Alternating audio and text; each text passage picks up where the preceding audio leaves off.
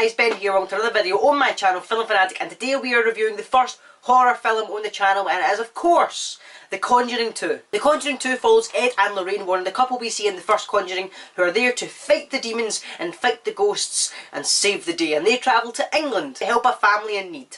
Before we go any further, of course there is a spoiler alert. I am not good with horror movies, so I don't tend to watch a lot of them. I'm not a mad horror fan. However, I made an exception for this movie because I've heard nothing but good things about it, and I liked the first Conjuring. It was the first horror movie I'd watched in quite a while, and so I figured I need to go and see the second one, and I was not disappointed whatsoever. This movie was so scary, you guys have no idea. There's loads of news reports and stuff recently about the fact that all these people have died watching it and stuff like that, and there are moments where you can see why. The jump scares are on point, the way they build the tension and the atmosphere is fantastic, and just the overall sense of the film is scary. From the moment it starts to the moment it ends, you're always scared you're going to be given a fright. And that's something James Wan does perfectly. James Wan, obviously director of the Insidious trilogy and now The Conjuring 1 and 2, and probably Conjuring 3 considering the success of it. He is so good at horror movies. Think of Insidious 1 and 2 being fantastic. Insidious 3 wasn't great, however Insidious 1 and 2 were brilliant. There are a lot of James Wan tendencies in the movie, for example the kids running from hiding place to hiding place, the very dramatic look up cameras and the fright as the camera goes up.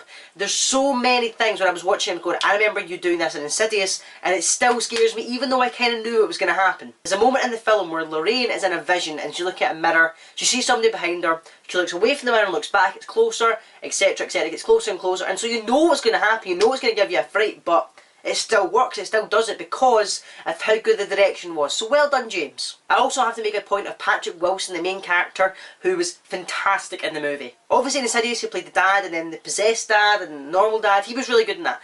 And this one, when I seen him in the first Conjuring, I was like, I don't know how he's going to work, if he's going to just be known as a horror actor now, but he's doing other stuff as well, and in this one you can see why. He was not only good at working the scary scenes, but he was also really good at working the light-hearted scenes as well. Chemistry with his wife was fantastic, the chemistry with the family they were helping, it was as if they were there to help, as if they were friends. It worked really well.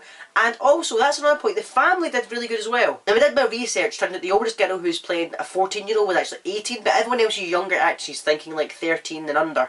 And they did really good for what they are. The kid called Billy in the movie, and he has a stutter, and the kid in real life doesn't have a stutter. And so whenever I see a kid in a movie who has something like that, you're always careful whether they can actually pull it off or not, but the kid did an alright job.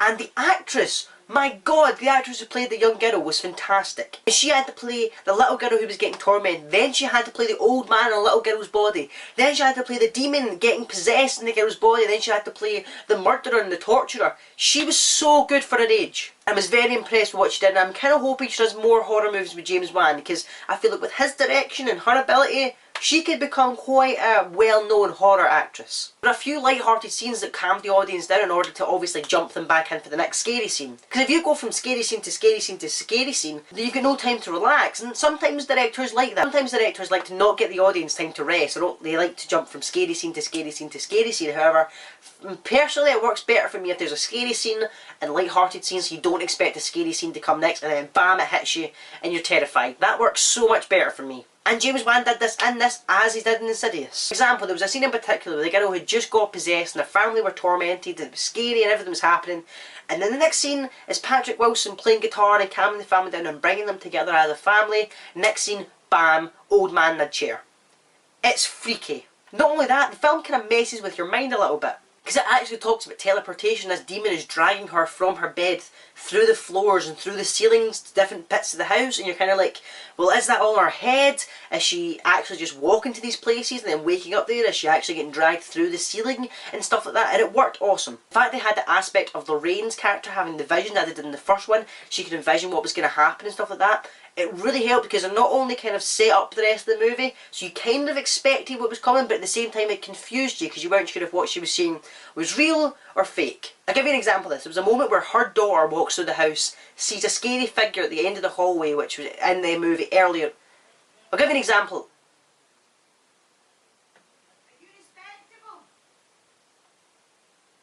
Me? Dad in his room. Just have him in the room. Hi, sorry about that.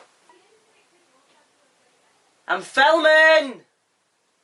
I'll give an example. There was a moment where the Warren's daughter went around the house and she seen the scary figure earlier in the movie at the end of the corridor, and you were thinking, oh my god, why is this happening? Then Lorraine went into this office and there was a really scary scene with a painting and stuff that really terrified me and my friend Lewis, who was sitting next to me.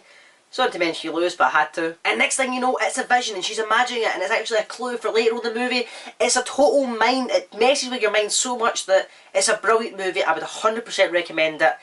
If you're into scary movies and you like horror movies, Conjuring's one of the best I've seen. So have you guys seen The Conjuring? If you did, let me know what you thought of it in the comment section down below. I do love to hear from you guys.